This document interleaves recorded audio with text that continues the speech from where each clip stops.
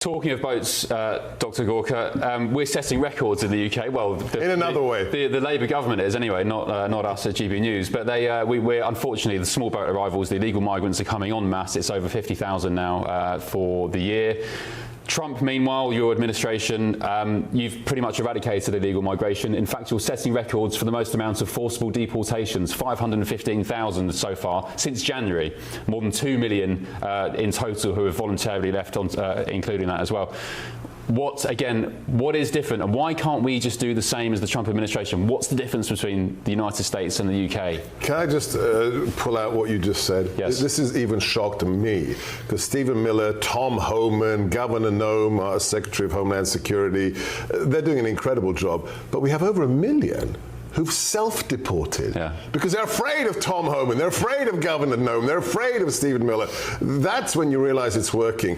And let me just, I was at a reception 2 days ago in DC where a very senior British, I won't give him away, member of the government said, yeah, we need to do what you're doing. We need British snipers who are deflating those ribs, those rafts, and not letting them leave the French shore because we need to protect British sovereignty.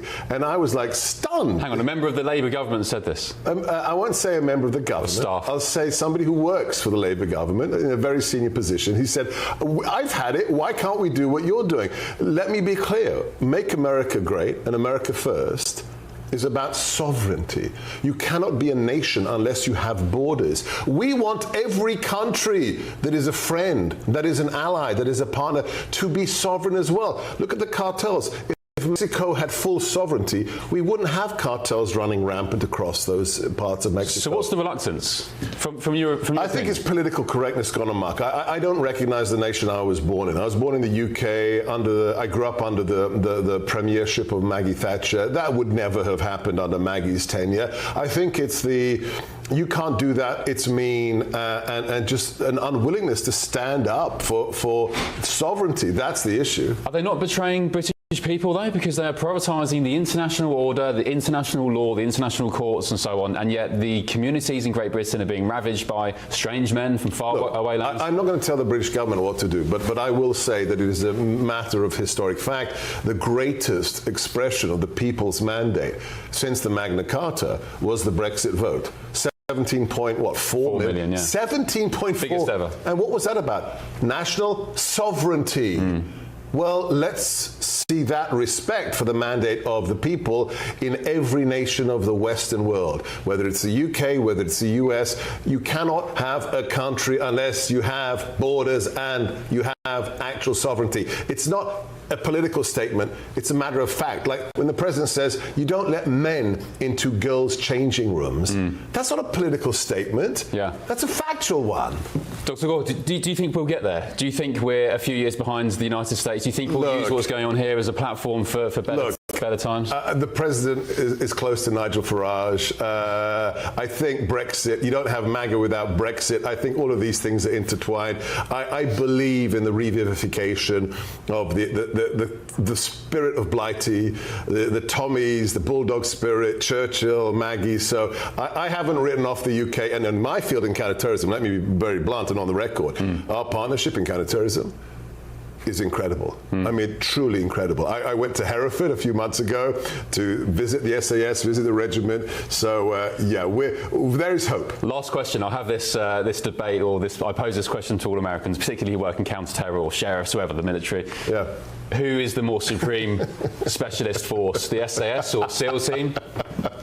I have an individual on my team who comes from a certain part of the US Tier 1 community. I don't want to get in trouble with him tomorrow morning, John. I think it is a band of brothers. I think 22 SAS, Delta Force, the Green Berets, the SEAL Team, SEAL Team 6, they are a band of brothers. All right, very diplomatic. Dr. Sebastian Gorka, thank you.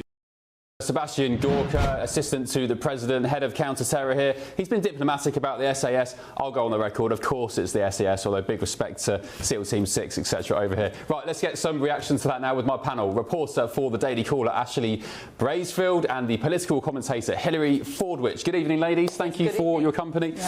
What's your take from that interview there with Dr. Gorka? You were just mentioning off air about the parallels between the US and the UK right now. Yeah, I think, Ben, that's what's really important. It's that all these highfalutin political theories and things that people go out on a limb about trans issues, people really care about the same things both sides of the Atlantic. They care about their security, but they also care about their, in America, pocketbook issues, and in England, handbag issues, I suppose.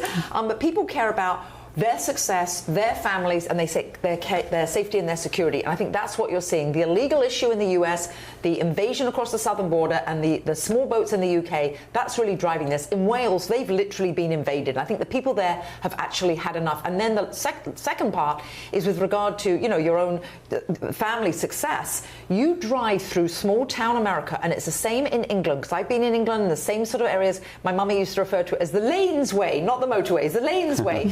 And the lanes way in Virginia, the little restaurants are shut, little shops are shut, and these villages and towns are failing. And that's what people feel, that's what they're voting against. Yeah, well said. And Ashley, so there are parallels. However, I guess the difference is people in England and the UK would argue President Trump is making massive changes. You've stamped out migration, illegal migration. You've got some growth, which is a strange word to us in the UK. GDP is just non-existent. So apparently, on the surface, you guys are doing things that we're not. Right. Yeah. I mean, certainly that they're trying to crack down. We had over 20 million immigrants let them into our country basically over these last few years. So getting those people out, and I think the issue now is getting them out faster. How do we do that? How do we do that effectively? Of course, with GDP, the president, that was a campaign promise he made on the campaign trail, of course. But, I think feeling it, like you said, in small towns across America, that's what's going to matter. Campaign promises, which is, in the world of politics, impossible, it seems like sometimes. But, I think doing great things. And I think the drug issues particularly affects everyone across the country, whether it has no bounds, whether class, in society. Yeah. The bottom line is the globalists are being eliminated. The globalists wanted to have this mass immigration. The globalists wanted cheap labor. Well, they are here, yeah. The globalists are being run out of town. Well, what, in the UK as well? Well, I'm saying it's the same issue. It's the same issue. The globalists want to eliminate little shops, little towns, little people. Yeah, but I think the difference is they're being eliminated here, the globalists, but in the UK, we are firmly under their foot, especially right now. And that's why you have not necessarily in Wales anymore. Not necessarily in Wales, but here with Donald Trump in charge, that is the case. When you have Keir Starmer, who's not listening, that's the difference. You're right. Yes.